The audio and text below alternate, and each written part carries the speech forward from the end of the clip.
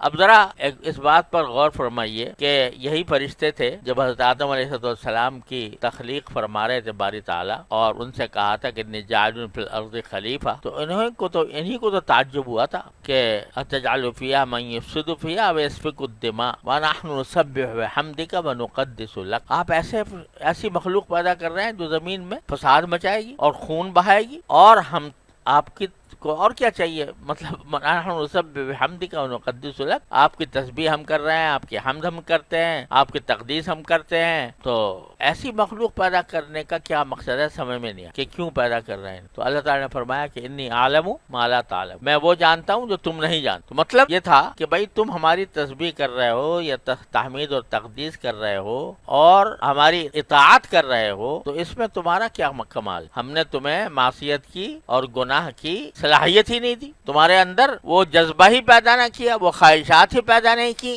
جو انسان کو گناہ کی طرف لے جاتی۔ اب ہم ایک ایسی مخلوق پیدا کر رہے ہیں جس کے دل میں جذبات بھی ہوں گے، خواہشات بھی ہوں گی، گناہ کے داعیے بھی اس کے دل میں پیدا ہوں گے، اور پھر وہ ہماری عظمت اور ہماری محبت کی وجہ سے اپنی ان خواہشات کو ملیا میٹ کرے گا اور ان کو ناجائز خواہشات کو، گناہ کے جذبوں کو مٹا کر پھر ہمارا قرب حاصل کرے۔ تمہیں قرب حاصل ہے تمہاری تسبیح اور تقدیس کی وجہ سے، تمہاری اطاعت کی وجہ سے، جبکہ تمہارے اندر معصیت کی صلاحیت ہی نہیں۔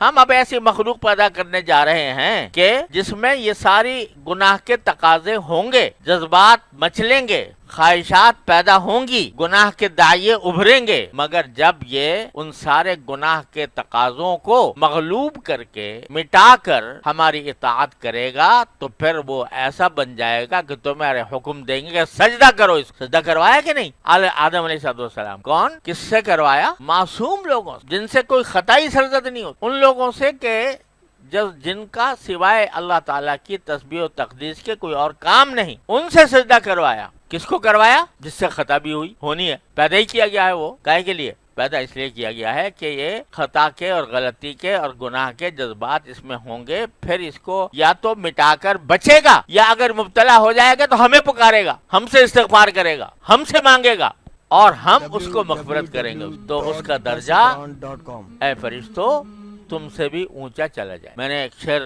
شعر میں اسی بات کو کہا ہے کہ ایک شعر تو یہ ہے کہ معصوم تھا نہ وقف سجود و دعا تھا میں، معصوم تھا نہ وقف سجود و دعا تھا میں، خوبی میری یہی تھی کہ اہل خطا تھا میں، خوبی میری یہی تھی کہ اہل خطا تھا میں، یعنی خطا کرنے کی صلاحیت میرے اندر موجود تھی، اور پھر موجود ہونے کے بعد میں نے یا تو بچا اس سے، یا اگر کہیں مبتلا ہو گیا تو میں نے اپنے پروردگار سے استغفار کیا، اپنی خاکساری کے ساتھ استغفار کیا۔ تو معصوم تھا نہ وقف سجود و دعا تھا میں، خوبی میری یہی تھی کہ اہل خطا تھا۔ اور ایک اور میں نے شعر کہا تھا کہ معصوم سر بخم تھے خطا کار کے حضور، معصوم سر بخم تھے، کیا مانا؟ سجدہ کر رہے تھے۔ معصوم کون؟ فرشتے۔ معصوم سر بخم تھے خطا وار کے حضور، اس انجمن رتبہ اس انجمن میں اس بے نوا کا ہے، یہ اس انجمن میں یہ اس بے نوا کا ہے۔ تو اللہ تبارک و تعالیٰ نے انسان کو پیدا کیا تھا، اس وقت ان کے سمجھ میں نہیں آ رہا تھا کہ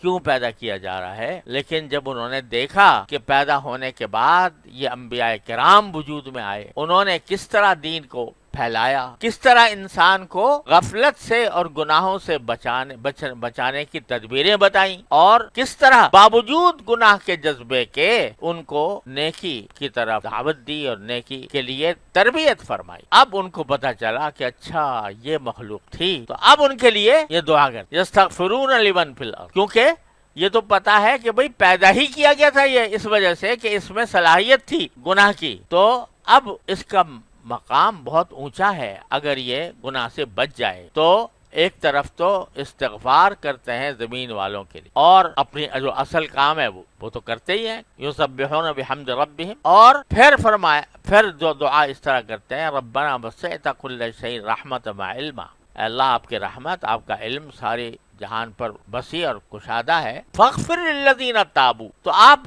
مغفرت کر دیجئے ان کی جو آپ کی طرف رجوع کریں۔ تابا یتوبو کے معنی عربی میں آتے ہیں لوٹنے، یعنی جو لوٹیں، اور لوٹنے کے معنی یہ ہیں کہ اے اللہ آپ سے دنیا کی اور گناہ کی خواہشات سے منہ پھیر کر آپ کی طرف متوجہ، ثم تاب علیہم لیتوبوا، قرآن شریف نے ایسے معنی میں فرمایا. تو آپ ان کے جو توبہ کرنے والے ہیں اور آپ کی طرف رجوع کرنے والے ہیں ان کی مغفرت فرما دی، تاکہ آپ کا جو مقصد تخلیق ہے وہ پورا ہو. آپ نے جو جس کام کے لیے انسان کو پیدا کیا وہ پورا ہو، تو آپ ان کی کیا کیجئے؟ مغفرت کیجئے. اور جو جنہوں نے توبہ کی واتبعوا سبیلک، اور جنہوں نے آپ کے راستے کے پیچھے چلے، وقہم عذاب الجحیم، اور ان کو جہنم کے عذاب سے بچا لیا.